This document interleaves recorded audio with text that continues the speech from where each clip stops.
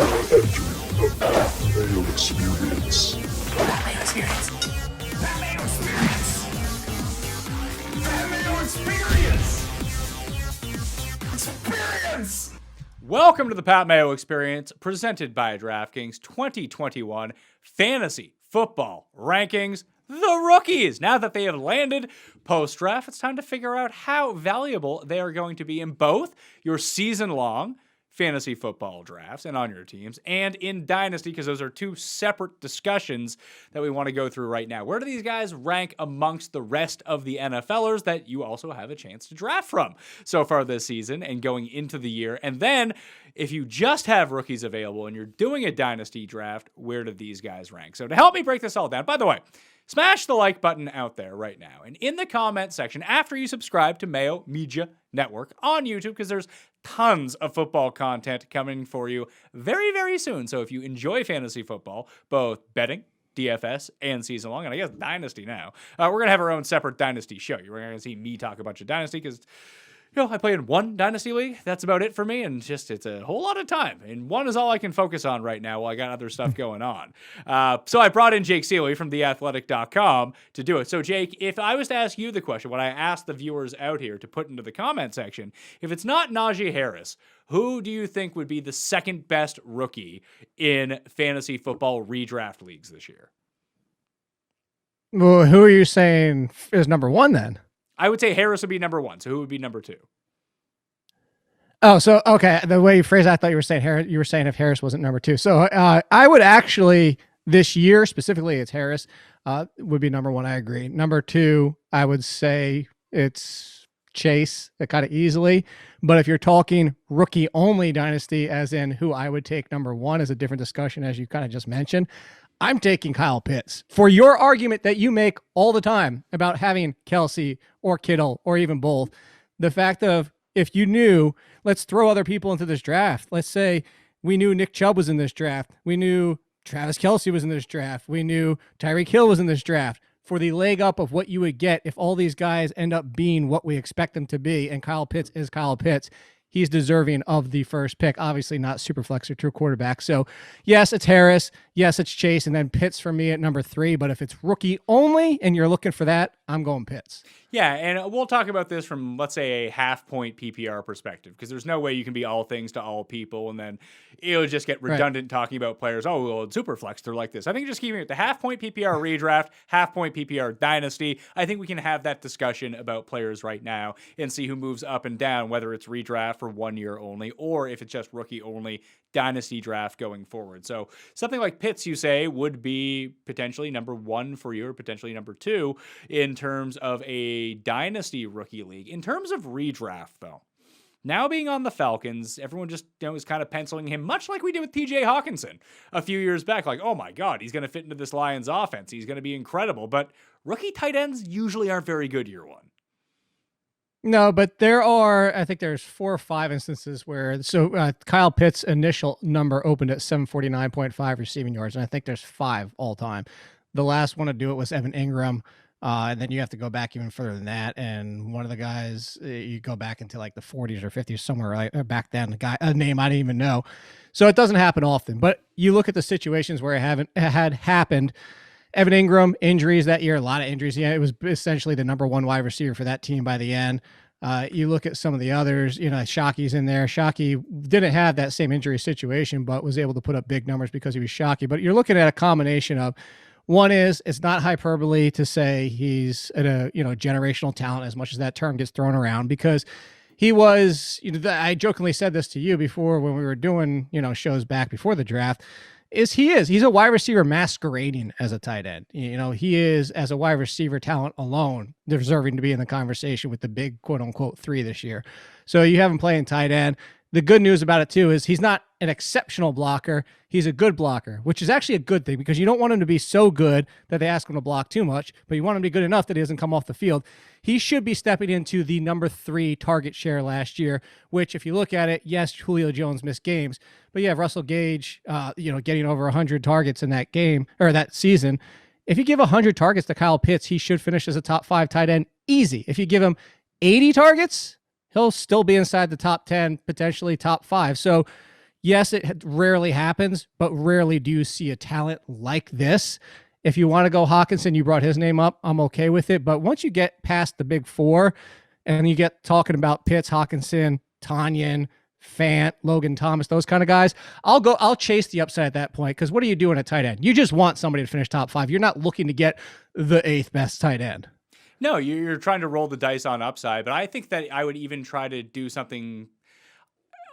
I just wonder where the cost comes in, I suppose, is the problem. I think when you just look at objective rankings and you're like, oh yeah, he's number 8 tight end this year, or he's number 7 tight end in the rankings.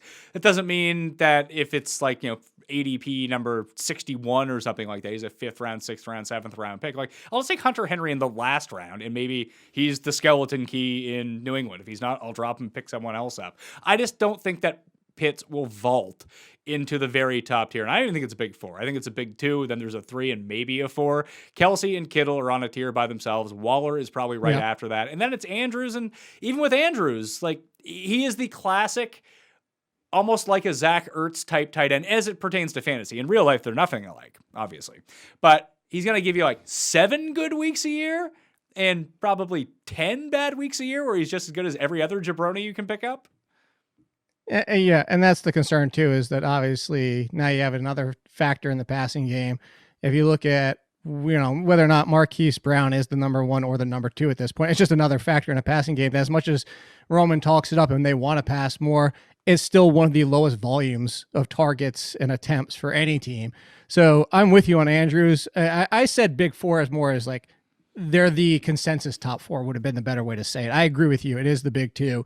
Waller by himself. And then I would say Andrews, maybe Hawkinson. I'm worried about Jared Goff with Hawkinson dinging him a little bit, mostly also because if you're looking at that team, very much like the Chiefs, is who you're going to stop. You're going to stop the tight end, but they don't have a Tyreek Hill and they don't have a Patrick Mahomes and they don't have a lot of things. So you can actually just sit there and take away Hawkinson and force Goff to do everything else. So I'm with you. I have Pitts at number 5 for that reason, because I'd rather go with him. But your second point is extremely valid and extremely important for people in drafts.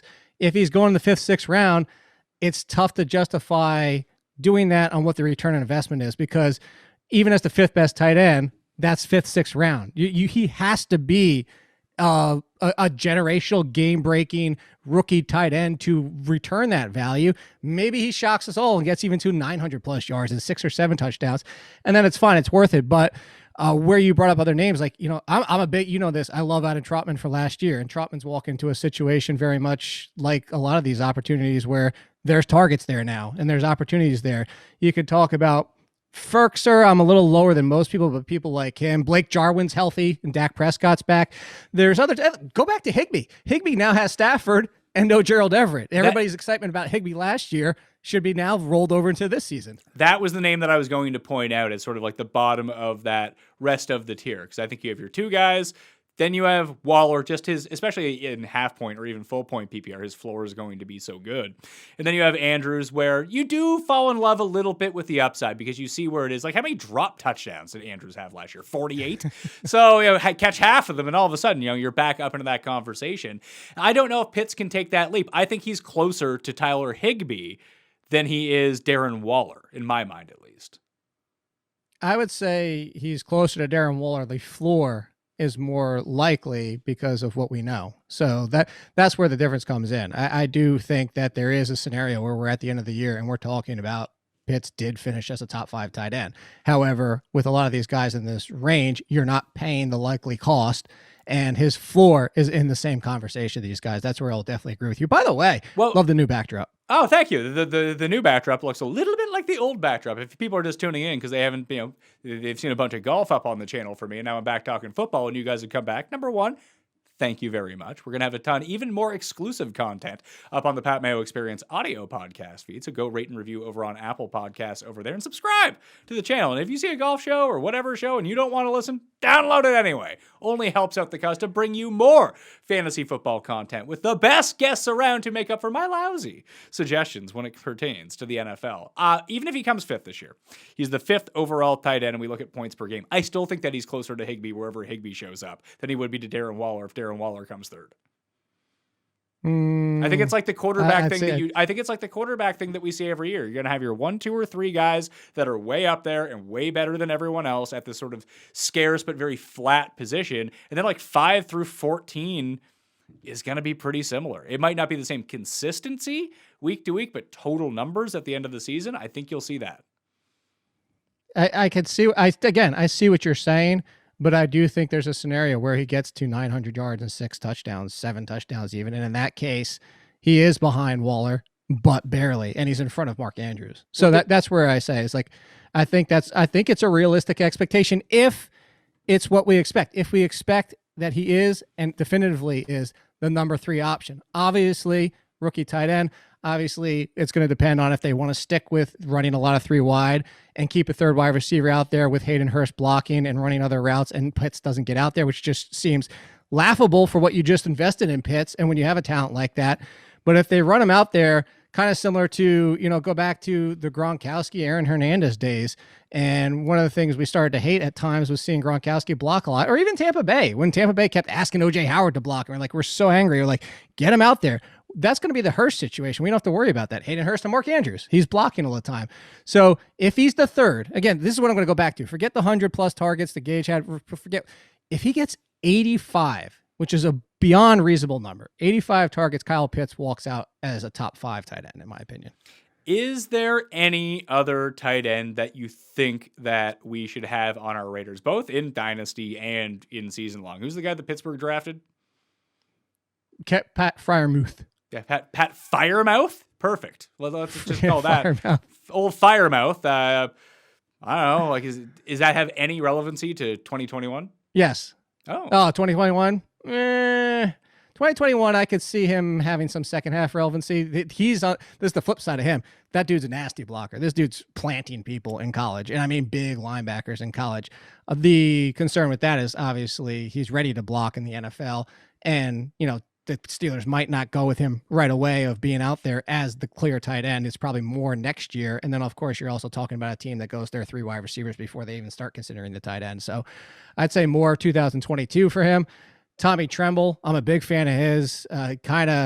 You talk about a lot of players in college and you're saying, if they just cared more about running their routes or they tried a little bit. He's the opposite. He's the dude that you need to rein in. He trips over himself sometimes because he's running so hard. He needs to be reined in and stop giving 100% all the time and learn how to find spaces instead of just going balls out every single play. But that Carolina situation is another where we're probably talking about him for 2022.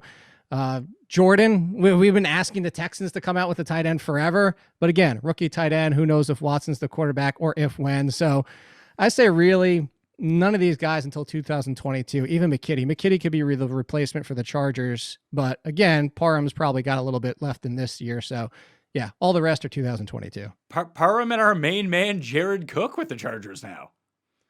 Yeah, no, good. I was avoiding his name on purpose. Yeah, not a great situation to be in. So yeah, tight ends, rather like of the non-Pitts tight ends in a dynasty draft, first 3 rounds, do you see any of them going? You see Freiermuth slip into, I just did one over this past weekend and he was late second. That was a tight end needy team. So mostly you'll see Freiermuth, Tremble, and maybe Jordan, maybe McKitty slip into the late 3rd, 4th round, but probably just those big 3. Well, not big 3, but Freiermuth and Tremble, and then maybe Jordan, but that's kind of it. More round 3. Let's switch over to the running backs. I mentioned Najee Harris off the top. He goes to the Pittsburgh Steelers. They have a vacancy, I heard, at running back. So for season-long purposes, half-point PPR, you put him up there. We know that the offensive line woes in Pittsburgh have not been good. Maybe it's contributed a lot to their running backs not being exceptionally good fantasy performers. Can Harris overcome the offensive line? Does he have the full role? And where are we looking at him in redraft leagues? Like, is he a fringy 1st-round pick? Is he a late 2nd-round pick? Like, how excited are people for Najee Harris? So let me start at the top and say, yes, I have, and excited depending. So now let's answer the questions in full so people know what I'm saying. Yes, he is that talented. Yes, he will be the every down running back. This is something that we've talked about before. We know the Steelers want to do this. We know Tomlin wants to do this. you will call it name dropping or whatever it is. I've talked to him in person because he's from Hampton Roads, who has continuously said that time and again, back when James Conner was the guy. He wants his guy. He wants somebody out there getting 20 touches. Najee Harris can do that and more. He's a great receiver. He's better than Josh Jacobs before him. The offensive line woes are overrated. They matter if you're trying to break a tie. Like if you're saying, I don't know whether I want to go Chris Carson or Myles Gaskin, because they're kind of like high-end RB2s, mid RB2s, and one offensive line is top 5 and one's bottom 5. Okay, you broke your tie.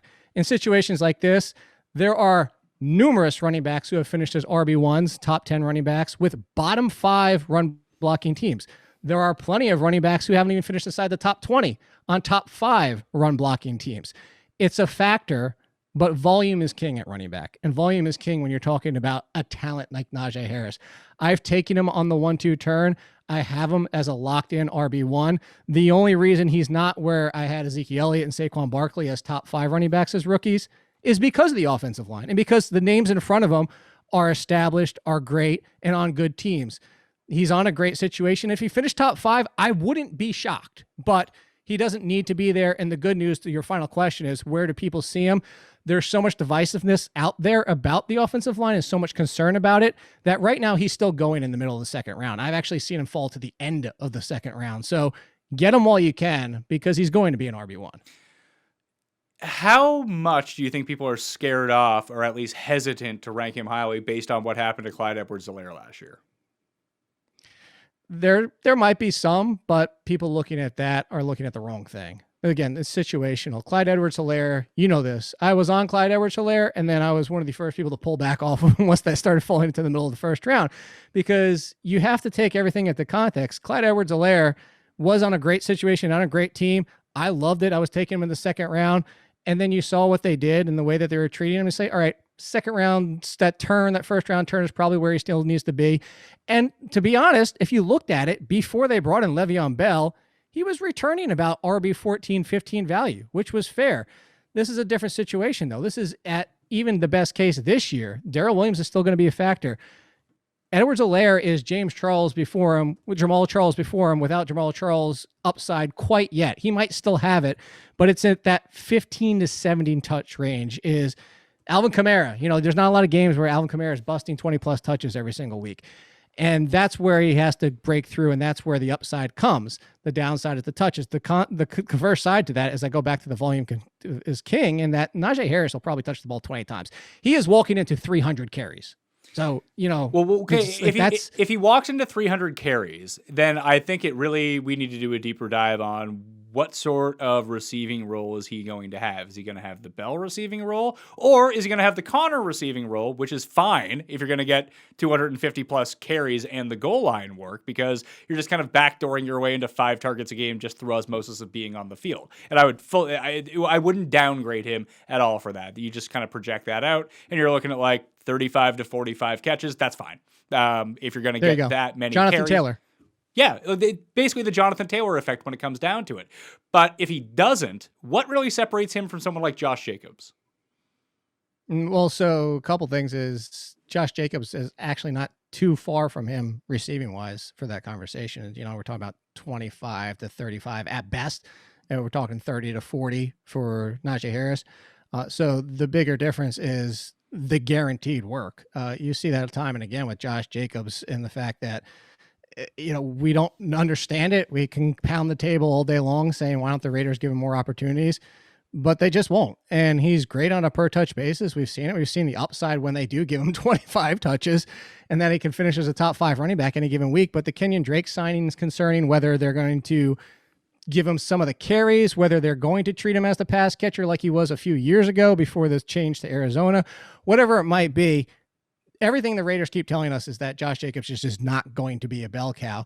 And then if you look at the two offenses, yes, Pittsburgh passes a crap ton, but that's going to change a little bit this year. They're going to go back to more of the run, and you give me 20 touches a week with Najee Harris, who, again, I just said it before, the very first thing I said about him, he's better than Josh Jacobs. So you give me the better running back on the better team. Offensive line concerns are the same for the Raiders. They just jettisoned a lot of people and are turning to youth. Maybe that's an upgrade, and that's why they're doing it. and they believe in it. But, the Steelers believe in their offensive line. The Giants didn't address theirs, and the Giants believe in theirs.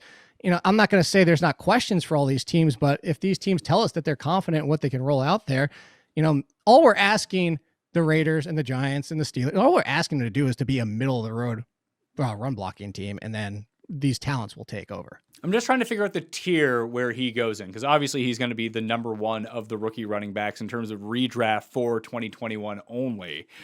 At least, unless your boy Etienne is going to play wide receiver with running back eligibility, and all of a sudden he's Ty Montgomery.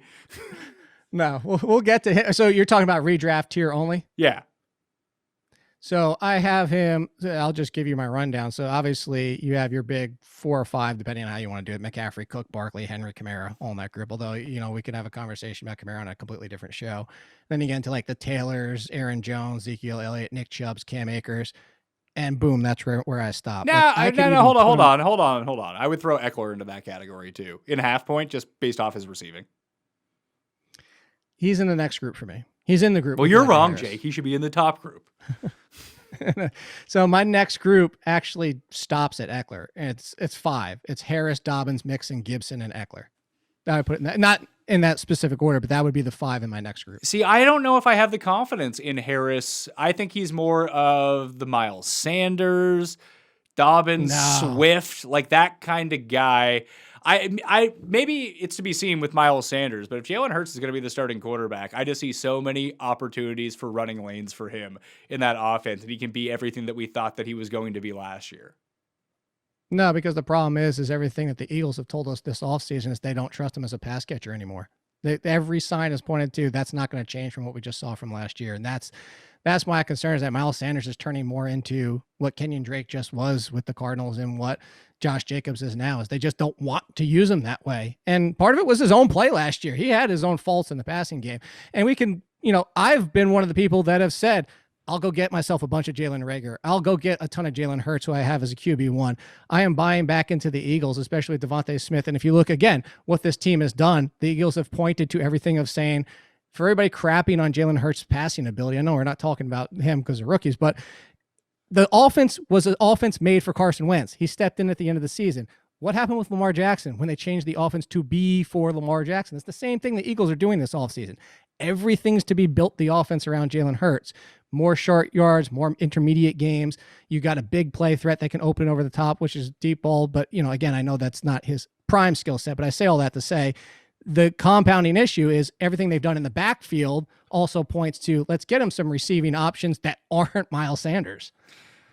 Maybe. I'm curious to see how that ends up rolling out. And I know that Harris is going to go ahead of Sanders in drafts. At least that's my initial impression from what I've seen so far, that I think I would just kind of pass. I just don't know if I'm as high as Harris as I guess you are right now, and maybe I'll be talked into it by the time it comes along. But there's even more guys. Like, what is everyone just out on David Montgomery? Like, just that was a one-year flash? No, thank you. Well, a couple things with David Montgomery is walk through the easiest 5-game slate of defenses you ever run defenses specifically. No Tariq Cohen, who's back, and another situation where you're changing the quarterback, whether Andy Dalton starts 1 game or 4 games or 0 games. Justin Fields is coming at some point. There's just a lot of questions like David Montgomery getting 20 touches a week again, and David Montgomery again. Volume is king. I was on David Montgomery being excited, like, hey, the volume is coming because there is no Tariq Cohen and the schedule is on top of it. You and I talked about that for weeks on end heading into that of getting David Montgomery. But volume is king. It doesn't mean that David Montgomery was a better running back. He was just in a much better situation. David Montgomery is still the same David Montgomery. When it comes down to Najee Harris, I brought up Jonathan Taylor. If you knew Jonathan Taylor was in this draft and was Jonathan Taylor, of course the question is out there. He has to show it at the NFL. But we go into this every single year. We've been doing this you and I have been doing this, but just people in general have been doing this for decades. And you always get the pushback, never played it down in the NFL. No running back, no rookie, no whatever has ever played it down in the NFL. Ezekiel Elliott finished top 5. Saquon Barkley finished top 5. These running backs finish where they are because they're that damn talented. Jonathan Taylor, with not starting a full season, finished inside the top 10. Najee Harris is on the Jonathan Taylor level of talent in a good situation despite the offensive line. I have him as RB1. I'll keep him as RB1. I'll keep taking him as RB1. And to be honest, I know you said that you might not want to, and I'm not saying you're wrong. But if you don't take him, around the turn of the first round, by the time we get the draft season, you're not getting them. So that's just a decision you're going to have to make. Yeah, you don't want to take them there, I am pre-making my decision that I'm not going to do that. That's fine. We'll get to the dynasty part of this. I'll list it in the time codes and everything as it pertains to these running backs, but I want to keep rolling on the redraft right now. So Etienne is lining up at wide receiver in minicamp. I don't know what that means or how that affects anything. Are you going to call him that all year long? I mean, I talked to Emery Hunt. He confirmed with me that is how you pronounce his name. He himself said his name is Etienne. He is trying to make it easier for you simple Americans to try to pronounce a name en français. Now, it's because there shouldn't be there shouldn't be a third syllable. There should just be Etienne if you're actually doing it right. So he's not even pronouncing it the right way either. Yeah, Travis Etienne. So Travis Stephen. We can just call him that if we want to. It's just like Americans who say foyer instead of foyer, and it's really it's like nails on a fucking chalkboard. I was gonna say, I actually say foyer if it makes you feel any better. But you should, because that's what it is. What was the other one? Paul was telling me there was some guy's name. There was some UFC fighter. His name was like Benoit. It's like, no, his name is Benoit. Come on now. Like, what are we doing here? Benoit. Oh, Chris Benoit, the WWE wrestler. We might have to cut that name out. No speaking of that man's name ever again. Yeah. So Travis Etienne from the Bayou. Yes. Where they parle le français en Louisiana. For redraft purposes, how do he and James Robinson actually shake out in redraft leagues? Like, are we still buying James Robinson? Like, do we get him at a discount and he's going to be good? Or is this just completely smoke and mirrors and Etienne is going to be the guy who's actually the running back that you want this year? I'm going to keep calling him Etienne until he changes his mind. But we'll call him Travis on the show for that. But that we'll just stick with, we can get his first name right. I am taking Travis. This is the immediate comparison I made during the draft. And a lot of people have made it, so I'm not the only one because it's the easy one to make. But I'm going to go deeper than just saying it's Kamara and Latavius Murray, because he's not Kamara, but James Robinson's also not Latavius Murray. He's better. So what I keep saying is Etienne said, you should expect a Clyde Edwards-Helaire-like season. And I think that's what you're looking for here. You're looking for 600 to 700 rushing yards, probably I'd say at least 50 receptions, if not more. And the lining up at wide receiver for all these people like, oh, what the hell is Urban Meyer doing? I don't know if you saw when I tweeted it, but it's like, this was the people that were like, we need David Johnson to run more routes. We need Le'Veon Bell to run more routes. They're doing exactly what we want. More manufactured touches for a talent. How is this a bad thing? So Etienne, mid-low RB2, maybe some upside for more. And if you go back to James Robinson, he's not dead. He's not dead and buried. Is he what he was last year? Everybody who had him in keeper leagues and Dynasty are super excited and now super disappointed. That's understandable. But he's not completely going away. Where Latavius Murray is more of, oh my God, could you imagine if he has the job to himself? And we've seen it before, but it's very hard to play him on any specific week. This is where you can say James Robinson, I could roll out there as an RB3 most weeks because he's still probably going to get, you know what this is probably, it's like if you reverse the roles for Kareem Hunt and Nick Chubb, as if Kareem Hunt was the lead and Nick Chubb was the backup. Okay, I like that comparison, but what do we think that's going to happen in this Jacksonville offense, I guess is the same thing too. Are they going to be bad enough that there's enough touches to go around? Because in that circumstance, I know they were able to do it with James Robinson last year, despite not being good and kept feeding the ball anyway. That I would think in the passing game that there could be substantial upside here if this is actually how they're going to use them. Yeah, I think there is too. So that's really what I keep going back to is that mid to low RB2 with upside that I could see him knocking on the door, not quite into the RB1 level, but because of those receptions, it's just going to be a little bit more inconsistent than a Kamara, but it's definitely that upside where you could say, you know what, I'm happy at the end of the year because I drafted him in the third, fourth round, and he finished as a second round value because the passing game with Trevor Lawrence is going to be great. Like if Trevor Lawrence bombs in the NFL, just cancel the NFL. Like just stop. He's that good. There's another one that is not hyperbole. You know how much I hate, and I say that every single year, generational talent, but I made two guys tier 0 to make that point. I normally do tiers and I do tier 1. I start like a normal person, but Trevor Lawrence and Kyle Pitts, I did tier 0s to point that out of that. We don't see these kind of prospects very often. It's very rare. So Trevor Lawrence coming to this offense with those two in the backfield. When you have DJ Chark, you add your boy Marv. You still have Laviska Shenault. You still have Colin Johnson, who was going to break out potentially this year before they added Marvin Jones. There's a lot to go around here. we don't really think there's going to be much of a factor at tight end, whether it's Tim Tebow or anybody else. They've actually even talked about Colin Johnson playing some tight end. But the point here is that this can be an offense that can support 2 wide receivers, 2 running backs, and maybe even a 3rd wide receiver when you're talking about Trevor Lawrence, because the defense has improved, but it's still not going to be one that slows down the game so much, especially with the speed of an Urban Meyer offense, where we're worried about it being they only ran 47 offensive plays or something like that. Javonte Williams landed in Denver. That seems like a really good spot for him, although MG3 is still there, who I can't believe is still in the NFL at this point, but they'll give him carries for whatever reason. How does he fit into this mix in terms of redraft? Is he closer to a guy that you need to go out and actively draft and be like, oh, Melvin Gordon's going to be washed, and then all of a sudden Williams is going to have this job, and it's going to be glorious? Or is he in the backpack with, I don't know, Michael Carter and Trey Sermon, of guys that you might draft on speculation, but might just not do anything? So I have them all they're all in the 30s for me, all those 3 names, because they're in the mix with like the Zach Mosses and, Etienne Drake or Damian. I have a hot take. Don't draft any Bills running back. Easy. If I'm going to take a flyer, it's going to be on Zach Moss. I poo-pooed the excitement for him for last year, but now this is going to one of my articles that I do every single year, is like last year's trash, is everybody hates that backfield now. I'm not saying get excited about a Bills running back, but if you give him as my RB4 now, yeah, sure, why not?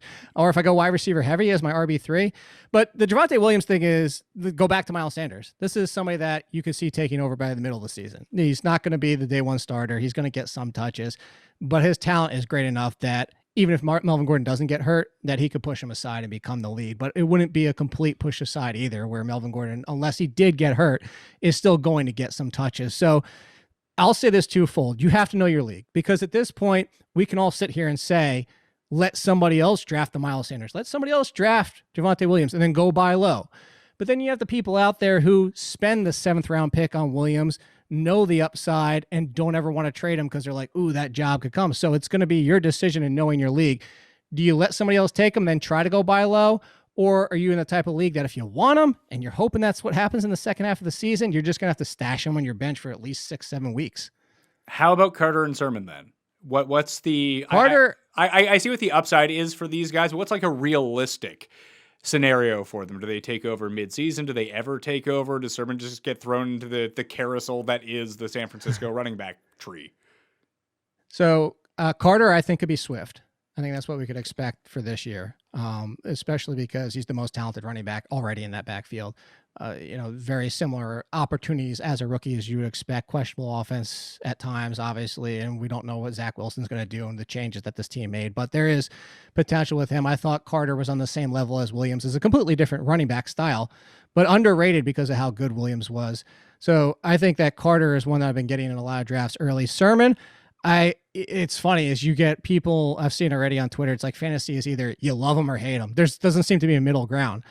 He right now, like Carter, he is the most talented running back in that backfield, but it is the San Francisco 49ers. Mostert is the guy for now. There's some rumors out there that Mostert might be a post-June cut, but if he's on the team, it's going to be Mostert.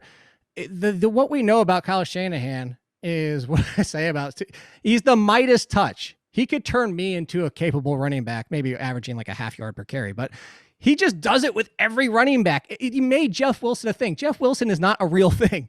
He made Jeff Wilson a thing. So you look at this backfield, he could make Elijah Mitchell, the other one that they took, he can make him the thing because he's that good at what he does with running backs. But Trey Sermon, if he's even 15 touches a week as the lead, it's the 49ers. You're talking about an RB2. But you're going to get probably your shares of him or not, depending on your draft. Somebody's going to love him because they're going to see that and see what I'm talking about for the positives. And then you're going to be people that hate him because who the hell knows who Shanahan's going to go with. I'll say now, if you're drafting and you can get him at a reasonable price, draft him now, because if Mostert does get cut, his price is going to rocket. Any other running backs that you think deserve a discussion of, not necessarily like draftable, but all the other running backs that seems like that are left as rookies right now that would be drafted in season long are all plus like end of round guys, like 12th round, 14th round, that kind of thing. We don't need to dig into them right now. I think it's better to talk about the dynasty implications of these guys. So when we're thinking about this from a dynasty perspective, how did the rankings change at running back? For everybody we've talked about, or just in general? Just in general for running backs overall. Like, are there some running backs that we didn't talk about? You're like, oh, well, if you're in Dynasty, bit of a different story then. I would say, well, even in redraft, Ramondre Stevenson for the Patriots, they just got their new LeGarrette Blount. If you're still playing non-PPR like an old person, he might be somebody to consider, especially with Damian Harris's injuries. And I know you said late round, but he's somebody too that I have him in my top 10 of Dynasty. The more interesting ones that I think, the two that are kind of getting overlooked, is everybody wants this year's James Robinson. So first of all, there's not going to be a this year's James Robinson. James Robinson is the anomaly. James Robinson is 1 out of 25, if that. But Javian Hawkins is somebody I liked a lot pre-draft. I was surprised he wasn't drafted, especially in today's NFL where they have a Cohen and a Nyheim. Nyheim Hines is a great one. Javian Hawkins is stepping in a situation where he can make the opening day roster. You look at that backfield with Mike Davis and essentially nothing else, Quadri Olsen, but you want somebody who could have Nyheim Hines value. Again, we're not talking about top 15 running back, but Hawkins for redraft and especially in Dynasty too, he's in the mention. And then the Bengals let Giovanni Bernard go. He's not back. They haven't brought him back, and they drafted Chris Evans. Anybody behind somebody who has an injury history or who could walk into a share. And I know there's P. Ryan and all that. P. Ryan's kind of a guy, that worked out for them. I don't see it happen again. I think Chris Evans should be one that, again, redraft late round, obviously, but in Dynasty, I've been taking him in the mid-late third round just to say, you know what? He's arguably, I'd say definitively, arguably, the better talent than P. Ryan. And if something happens to Joe Mixon again, he could be the lead. Would the rankings at the top change at all, Dynasty versus redraft? Like, would you go Etienne over Harris? No. Okay. No. Just Harris is by far the number one. The only one that changes for me is in redraft, I have Carter over Sermon. If I'm chasing pure upside, I mean, in Dynasty, you could still say it deserves to be Carter over Sermon. But if you're going pure upside, I mean, think about if Sermon's the guy, forget about this year. Let's just say Carter's the guy this year, getting 15 to 17 touches and Sermon barely sees the field. But 2022, it's all of a sudden, it's Sermon's backfield. You're going to be having an RB1 in your hand. So in Dynasty, I would go for the upside in Dynasty of Sermon. Jamar Chase seems pretty clear like he is the number one redraft wide receiver off the board amongst the rookies, probably the top wide receiver Dynasty rookie wide receiver off the board as well. So how big is the chasm between him and the rest of the wide receivers that were drafted this year? I would say almost a tier, even though the talent-wise in pre-draft, I put all three on the tier. Devontae Smith, Waddle, and Chase are all tier 1 for me. If you and I talked last year, if you want to talk about what I did with my running backs last year, because running back was so deep last year, I had tier 1 and then I had tier 1.5 for Akers and Edwards-Helaire because they were just so good, but not quite that top tier, but they're better than everybody else. So I say that to say, like, if you wanted to kind of do that here too, Chase is tier 1, and then you could say Waddle and Smith are kind of like 1.5. So he's on his own level. Maybe go back to the tight end comparison you were saying for before. It's kind of almost like Chase's Kittle and Kelsey, and Waddle and Smith are like Andrews and Waller. Or no, they're Waller. Forget Andrews. They're Waller. They're there, but they're just not quite there. All right, let me throw out some names for redraft then. Jamar Chase or T. Higgins? Jamar Chase. How confident do you feel in that? At a scale of 1 to 10? Yeah. 6.5. Only because Higgins is established. It goes back to talent, and Chase definitively is the better talent. Chase is going back with his quarterback, so we already have the rapport situation is taken care of. There's obviously questions with any rookie. So if I had to rank the Bengals wide receivers, it's Chase, Higgins, Boyd. If you told me it finished Boyd, Higgins, Chase, I think they're going to be very similar to the Carolina Panthers last year, where all three of them finished inside the top 25. Well, that's really interesting then. Does that make Jamar Chase the top rookie wide receiver in redraft then? If we're not talking Dynasty, just redraft, you try to find someone who has potential to be not only the number one, but number one, like, let's say Chase is the number one with the Bengals. It does seem like the other two are going to come along for a high percentage of the target share, a high percentage of the receptions, a high percentage of the yardage, just along the way. Like, separating from those two, it's possible, but it just doesn't seem very likely where that could potentially happen with, I don't know, Devonta Smith seems like he has a pretty good, if he's the number one, he could run away with being the number one, just be a better fantasy player for this year. And that's where I think their numbers could be pretty similar. Smith fewer receptions, but similar yardage and touchdowns, with Chase having, obviously the yards per reception. But I think their numbers could be similar. And where I'll say in redraft is it's not that I would ever take Smith over Chase. It's I would take the rounds, plural, discount. I would take rounds discount because Chase, already seeing it. Chase is going as a top 25 wide receiver. Are you already. serious? He's a top 25 receiver, so you're telling me that people are drafting Jamar Chase over like Cooper Kupp? I was in a draft the other day, Cooper Kupp. I was in a draft the other day where he was sandwiched between Mike Evans and, I'm trying to think, was it Robert Woods or was it somewhere around there? So that was top 20. Brad Evans had the same. We were just talking to him earlier today. Same thing happened to him. He was in another draft where it happened. He's going inside the top 25 in a lot of drafts because it's the excitement of Chase.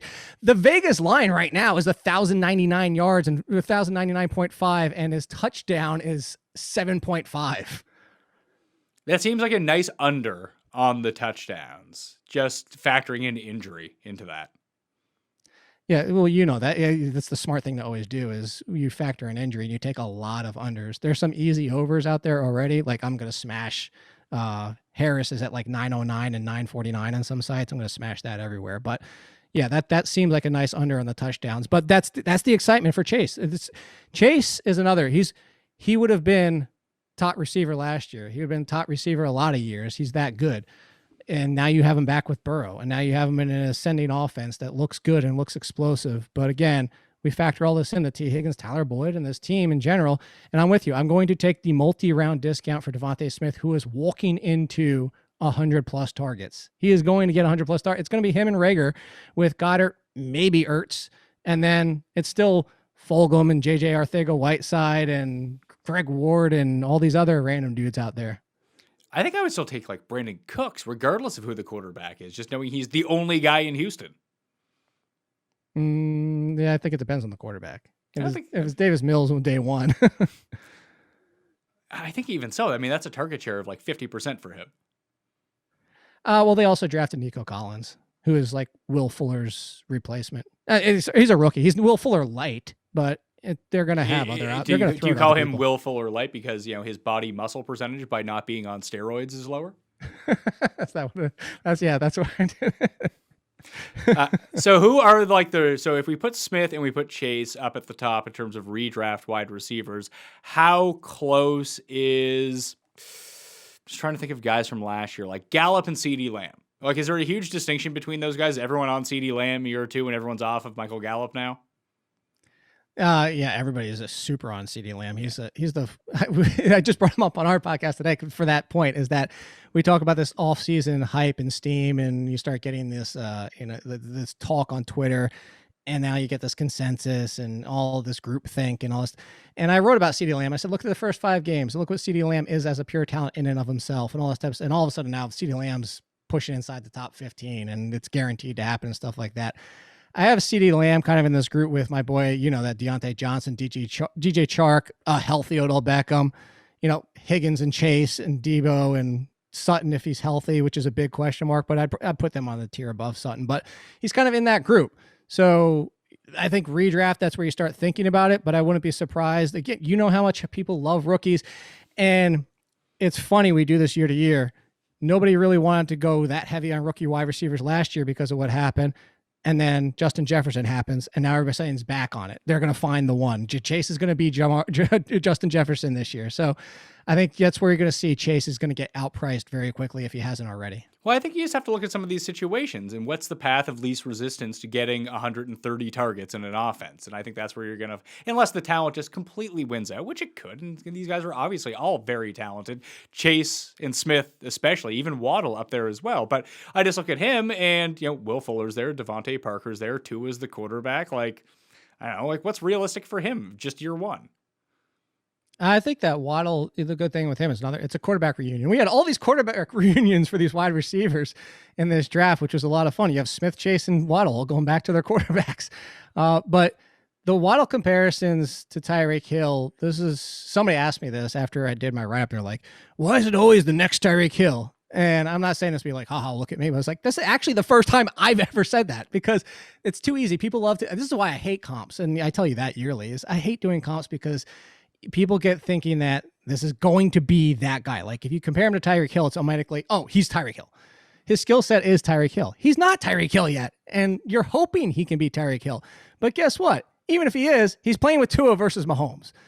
Tua, the rapport with him should help and what he'll be in that offense. But as of day one, he's the third wide receiver. Can he step past Devontae Parker with how Devontae Parker looked at times last year? Absolutely. Is he probably a better fit for Tua and what they're doing to build this offense around Tua? Absolutely. But whether or not that happens immediately, I have Waddle down in the 40s with with Devontae Parker and Antonio Brown and Jalen Reagor and Michael Gallup and Marvin Jones. That's the group he should be in. Bateman, Moore, Marshall, Tony.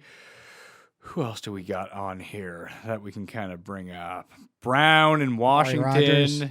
Murray Rogers in Green Bay. I think the one that I'm the most attracted to fantasy-wise, and I don't know what the upside is on this. Maybe you can completely talk me out of this.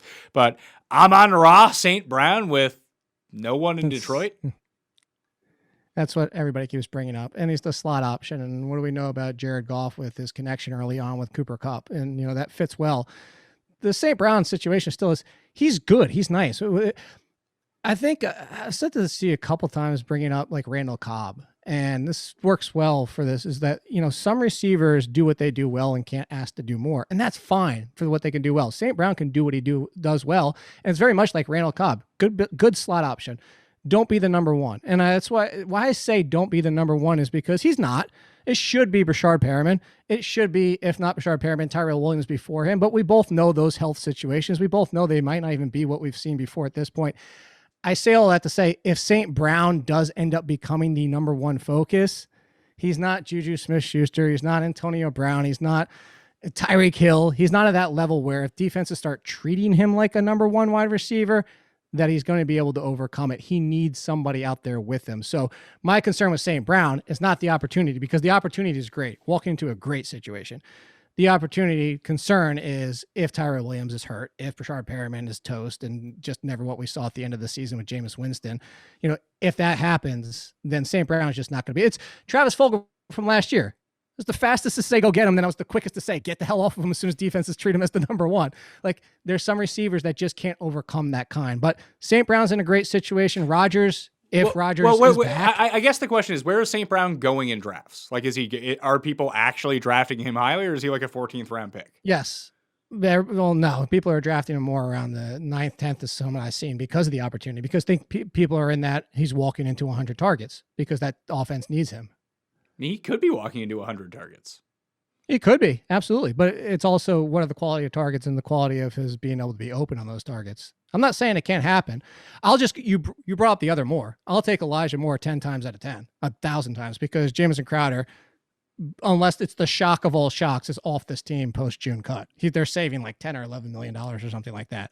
And he's stepping into Jamison Crowder's role. So you give Elijah Moore with Denzel Mims in the second season with Zach Wilson now being under quarterback.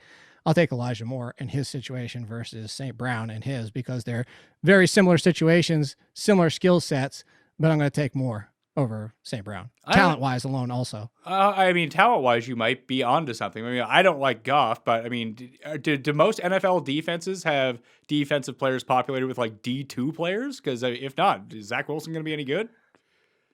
Zach Wilson has certain questions. I kept saying that Zach Wilson reminds me a bit of Daniel Jones, which can be good and bad. You can see the opportunity, the upside for Daniel Jones, but you've also seen the bad, including some of the turnovers. So sure, there's an absolutely concerning floor with Zach Wilson. He can ruin the entire offense as a rookie. But at the same time, Jared, I honestly don't see necessarily that big a difference in numbers between Jared Goff and, put it this way, if I'm going to draft, and I know that's what we're talking about, but if I'm going to draft and I'm drafting my second quarterback, I'm going to chase upside, I'm going to chase Zach Wilson, not Jared Goff. That's a completely fair point. If you're going to chase the upside, I kind of fall behind that. Of the other guys that I mentioned, are there any that stick out to you as redraft guys, or like even someone like Bateman? We can see where the upside can come in, but that offense just doesn't really feel like it's tailored to wide receivers all that well in terms of smashing where you're going to go in drafts. No, and a lot of the talk has been Roman, and they're going to pass more, and well, okay. Even if they do pass more, we're still talking about an offense that doesn't even pass 500 times in a season. So yes, it can definitely get better, but you still have Marquise Brown. I think Bateman does a little bit more to hurt Mark Andrews, to go back to our previous conversation, than enough of his own where I want to trust him every single week. I actually have Bateman even behind Terrace Marshall going to Carolina. Carolina, without Samuel around and no like legit tight end that's a focal part of that offense. We saw it last year that you had the 3 wide receivers all do pretty well, but how much of one of their numbers, let's just say Curtis Samuel, because he is no longer there now, was just propped up by McCaffrey not being around. Right. And I was going to bring that into the conversation too. You do have to worry about 90 plus targets easily going to Christian McCaffrey. But you also look at this team and, hopefully they want to be the magic bullet for fixing Sam Darnold, which if it happens, just put Joe Brady in the Hall of Fame immediately. Skip past Matt Rule, just put Joe Brady in the Hall of Fame. But Terrace Marshall, the one thing, I'm going to go back to the thing that I brought up about Tremble. Terrace Marshall's a terrific talent, terrific. The problem is, similar to another name that I've brought up to you for years because he's the perfect example of it, is Marquise Lee. Marquise Lee came out of USC and came out of college so much more talented than most of the people he was playing against, that he was lazy with his routes. He let people get on top of him. He didn't run them crisp, kind of rounded things off. If you watch Terrace Marshall last year, he's covered a lot, but it didn't matter because he's that damn good. If he doesn't clean it up immediately, he's going to struggle as a rookie. But he's so talented that if Rule and Brady get to him, then he could pass Robbie Anderson and be the number 2 as a rookie. He's that talented. It's a big step to take, but if he's the number 2, again, all 3 finished top 25. So let's say Christian McCaffrey back, all 3 finished top 40. I'd still go Terrace Marshall for the upside over Bateman, but I could see the argument for I basically we're getting down to is they should be in the same conversation despite one looking to be in a worse situation. Dynasty wise, if we're talking about wide receivers, obviously Chase is going to be number 1 in that. Who would be the number 2 receiver? I would lean Waddle slightly over Smith. Okay, then you would go I think Smith. Smith is going to be Deshaun Jackson. All right, then who goes like 4, 5, 6, and 7? Like, do you feel good about that order, or is it like a tier of 5 guys and pick whatever one you like the best? It's a tier of 1, then a tier of 2. I would go Chase and then Waddle Smith. And then for me, it's the next 5. Moore, Marshall, Bateman, Moore, the other Moore. And then Kadarius Toney, because he's buried right now. He's so buried right now. Sterling Shepard, I would put money against him not being on the team next year. The Giants have $107 million invested in 6 players, not including Solder, and not including Sterling Shepard, who's due to make double digits next year. Even if he's healthy, I just can't see the Giants bringing him back. The Toney feels like a pick to replace Shepard next year. So I would go Toney, and then right behind him is the St. Brown, Diami Brown, Amari Rogers. That's probably about it. Everybody, and Nico Collins. Everybody else starts to get real. This was a bad draft for rookies being buried on teams this year. Quarterbacks in redraft leagues, we're talking about 1 quarterback leagues here. So a lot of these guys run, which is really nice. But do you see any of them as a QB1? Yes. Trevor Lawrence, no question about it. He runs enough, and we just saw what Justin Herbert did. He's a better quarterback than Justin Herbert. And you're talking about whatever you want of saying, Justin Herbert surprised people, including myself. I was down on Justin Herbert. I immediately was wrong on Justin Herbert after watching him basically plateau for 3 years in college. But Trevor Lawrence should be able to put up Herbert's numbers easily, if not potentially better, with the rushing upside. Obviously, if he doesn't get the rushing touchdowns, that can knock you down 5 spots in and of themselves. But I have Lawrence just inside the QB1 territory.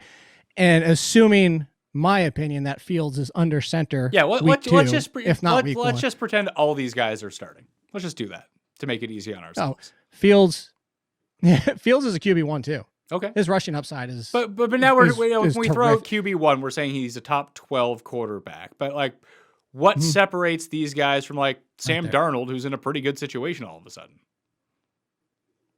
Justin Fields is as a good, if not better, he is. He's a better passer. He's a better quarterback, period. He's better than Jalen Hurts. People are kind of getting the Jalen Hurts in their heads and just immediately applying it to Justin Fields. Justin Fields was making all the throws that everybody wanted to go gaga over Zach Wilson for, but everybody just ignored it. It's like, I forget who it was, but somebody said this, and it's the best thing I've ever seen about Justin Fields this offseason. Every single offseason heading up to the draft, we all want to sit here and say, look at what this quarterback does. Look at what Lawrence does. Look at what Zach Wilson does. Look at what Mac Jones, all this accuracy, all this upside. And it's all like what these quarterbacks can be. Never seen one where it's like, this is what Fields does wrong. Fields can't do this. Fields messes up this. And it's just so baffling. Fields, for me, we go back to you and I talked about the draft. The easy number 2 for me, ahead of Wilson, ahead of Lance, ahead of Mac Jones, he is the like not even close, in my opinion, number 2 quarterback in this draft class. That talented, and you bring in that rushing upside, and you have Allen Robinson, and you have a nice offense with Darnell Mooney. And this is not the best offense, but I don't think it's that much worse or that much indifferent from the Jets.